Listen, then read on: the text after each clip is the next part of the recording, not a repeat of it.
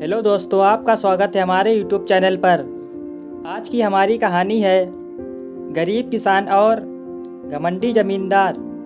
बहुत समय पहले की बात है। किसी गांव में एक अमीर ज़मींदार रहता था। उसे अपने पैसों पर बहुत घमंड था। जितने अधिक पैसे उसके पास थे उतना ही वह कंजूस और घमंडी था। अपने खेतों में काम करने वाले किसानों से वह खूब काम करवाता, मगर उनको पूरी मजदूरी भी नहीं देता। मजबूर गरीब किसान मन मारकर उसके खेत में काम करते। उसी गांव में राजू नाम का एक किसान रहता था। उसके पास थोड़ी सी ज़मीन थी। उसी में खेती बाड़ी करके वह अपना और अपने परिवार का गुजारा चलाता था। राजू बड़ा मेहनती किसान था। वह दिन भर अपने खेत में काम करता और अपनी मेहनत के दम पर इतनी फसल प्राप्त कर लेता कि अपने परिवार के लिए 2 वक्त की रोटी जुटा सके। गांव के बाकी किसानों के पास राजू के मुकाबले अधिक ज़मीनें थीं। वो राजू की मेहनत देखकर हैरान होते कि कैसे इतनी सी ज़मीन में वह इतनी फसल उगा लेता है। एक साल गांव में भयंकर सूखा पड़ गया। बिना बारिश के खेत खलियान सूखने लगे। गरीब किसानों के पास सिंचाई की कोई व्यवस्था न थी। वे सिंचाई के लिए बारिश पर ही निर्भर थे। इसीलिए उनकी सारी फसल बर्बाद हो गई। राजू के साथ भी यही हुआ। अपने छोटे से खेत में वह किसी तरह अपने परिवार का पालन पोषण कर रहा था। अब उनके सामने भूखों मरने की नौबत आ गई। मजबूरी के कारण वह गांव के जमींदार के पास कर्ज मांगने गया। जमींदार कंजूस तो था। उसने सोचा कि यदि उसने राजू को पैसे दिए तो यह लौटा तो पाएगा नहीं, इसीलिए इसे अपने खेत में काम पर लगा लेता हूँ। मेहनती तो ये है ही और मजबूर भी। कम पैसों में दोगुनी मेहनत करवाऊँगा। उसने राजू से कहा, देख राजू, मैं तुझे कर्ज तो नहीं दे सकता, लेकिन तेरी इतनी मदद कर सकता हूँ कि तुझे अपने खेत में काम पर रख सकता हूँ। तुझे महीने के 1000 रुपये दे दिया करूँगा। राजू बोला, पर मालिक दूसरे किसान तो 2000 रुपये पाते हैं। जमींदार बोला, करना है तो करो, वरना मेरे पास किसानों की कमी नहीं है। मजबूर राजू क्या करता, हामी भरकर घर लौट आया। अगले दिन से जमींदार के खेत में काम करने लगा। मेहनती तो वह था ही, वह खूब मेहनत और लगन से काम करता। उसने 4 महीने का काम 2 महीने में ही कर दिया। यह देख जमींदार बहुत खुश हुआ, लेकिन इसके मन में मक्कारी जाग उठी।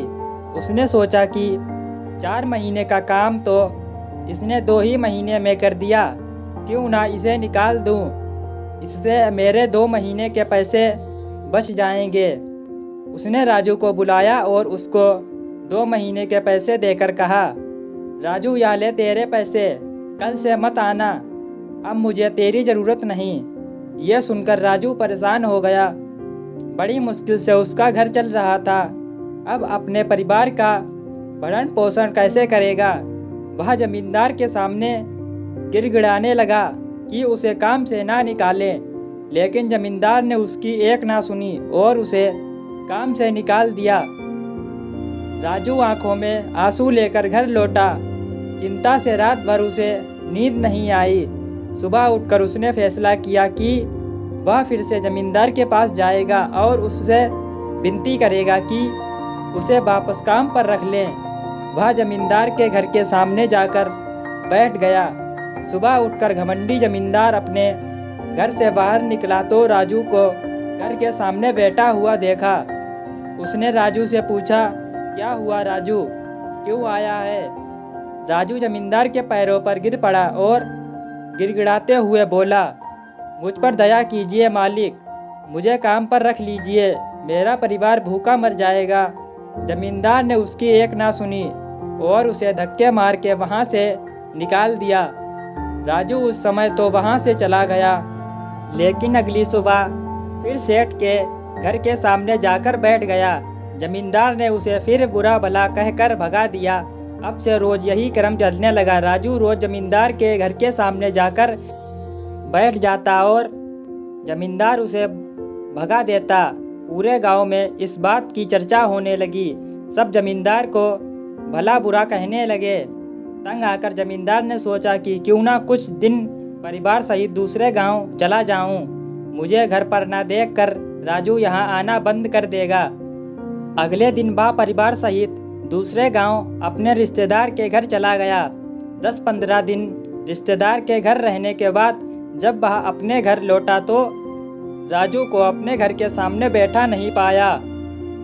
वह मन ही मन खुश हुआ कि चलो उससे पीछा छूटा, लेकिन वह चकित भी हुआ कि आखिर राजू ने आना बंद क्यों कर दिया।